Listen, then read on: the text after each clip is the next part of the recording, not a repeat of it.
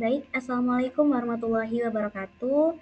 Sebelumnya perkenalkan nama saya Siti Komariah dengan NIM 0902062308. Nah, pada video kali ini saya akan sedikit merefleksikan hasil dari pretest mata kuliah Cloud Computing yang baru saja saya lakukan gitu.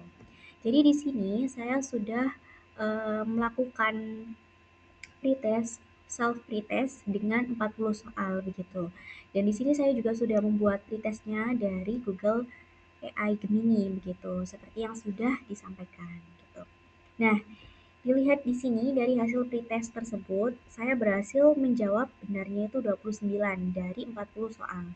Nah, oleh karena itu, saya mengklasifikasikan pemahaman awal saya sebelum memasuki mata kuliah ini di cloud computing itu berada pada level menengah gitu. Jadi di sini juga sudah diberitahu oleh Google Gemini. Jadi untuk level pemula atau beginner itu benarnya itu 15 soal, sekitar 15 soal. Kemudian untuk level menengah intermediate itu jika benarnya itu 16 sampai 30 soal. Dan yang level terakhir ada level mahir atau advanced itu jika benarnya itu lebih dari 30 soal begitu. Nah, baik. Nah, jadi bisa dilihat di sini yang benar adalah 29 soal ya. Yang salah itu ada 11 gitu.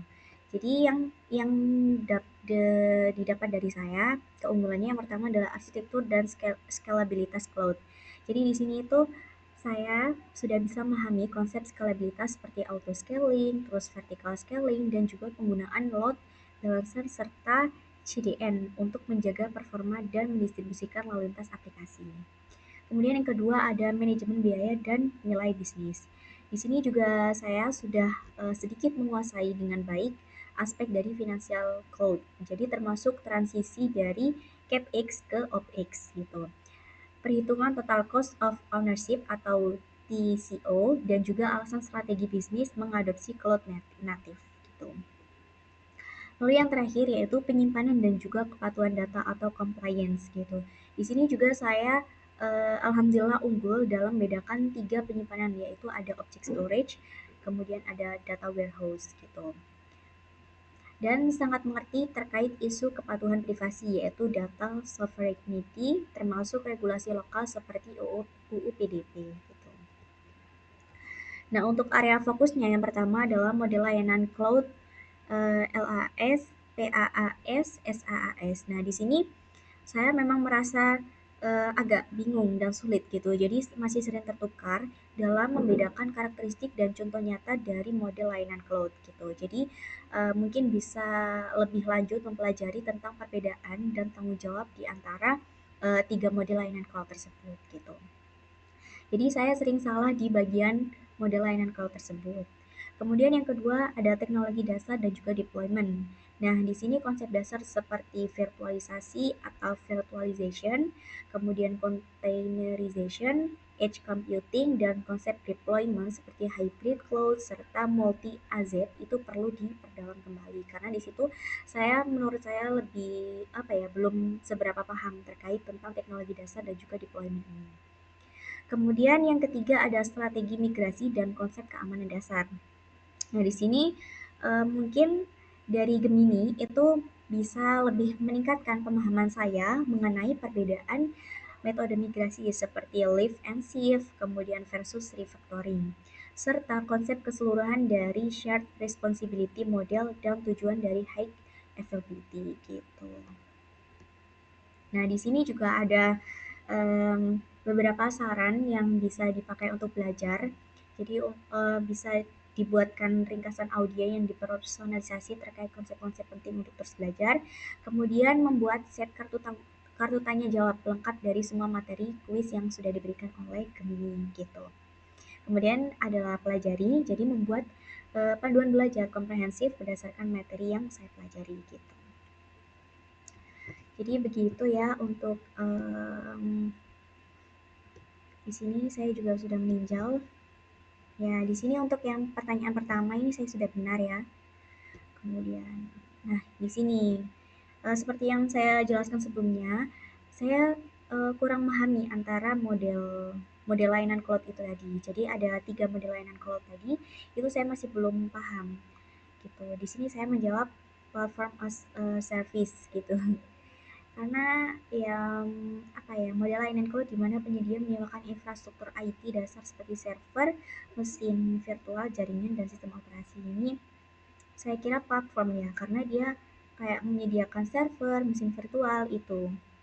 Saya kira itu masuk ke platform, ternyata itu masuk ke infrastrukturnya gitu. Jadi memberikan akses ke sumber daya komputasi dasar seperti server dan juga storage gitu. Kemudian di sini juga sama, di sini saya juga salah mengenai model layanan cloud tadi. Lalu di sini sudah benar ya tentang model penerapan dari deployment itu. Baik, nah di sini saya juga salah terkait teknologi dasar yang memungkinkan sebuah server fisik untuk menjalankan beberapa sistem operasi secara terisolasi dan bersamaan.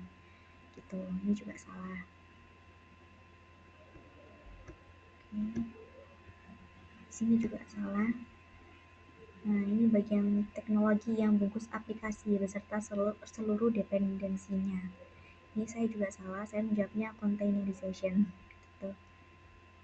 Lalu tentang live and shift ini ini sebenarnya saya paham sedikit, tapi mungkin apa ya, agak terkecoh sedikit dengan refactoring gitu. Kemudian di sini juga salah di bagian platform untuk mendeploy aplikasi Node.js juga salah. Lalu sistem komputasi juga salah ini.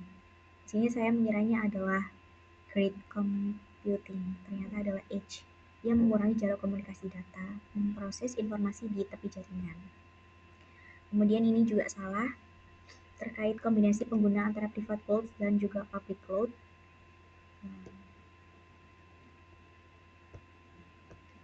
Kemudian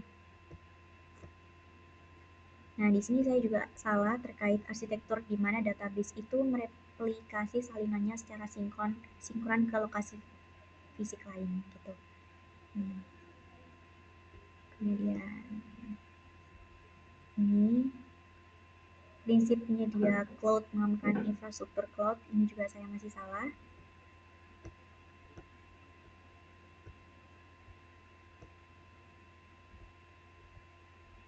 Nah, ini yang terakhir juga.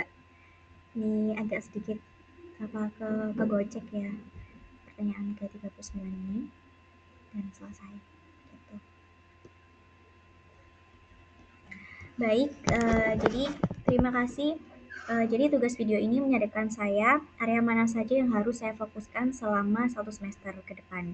Jadi harapan saya setelah mengambil mata kuliah ini, saya bisa lebih mengimplementasikan infrastruktur cloud untuk kebutuhan bisnis dan pengembangan sistem informasi gitu. Baik, sekian dari saya. Terima kasih. Mohon maaf apabila ada salah kata. Wassalamualaikum warahmatullahi wabarakatuh. Hari pertama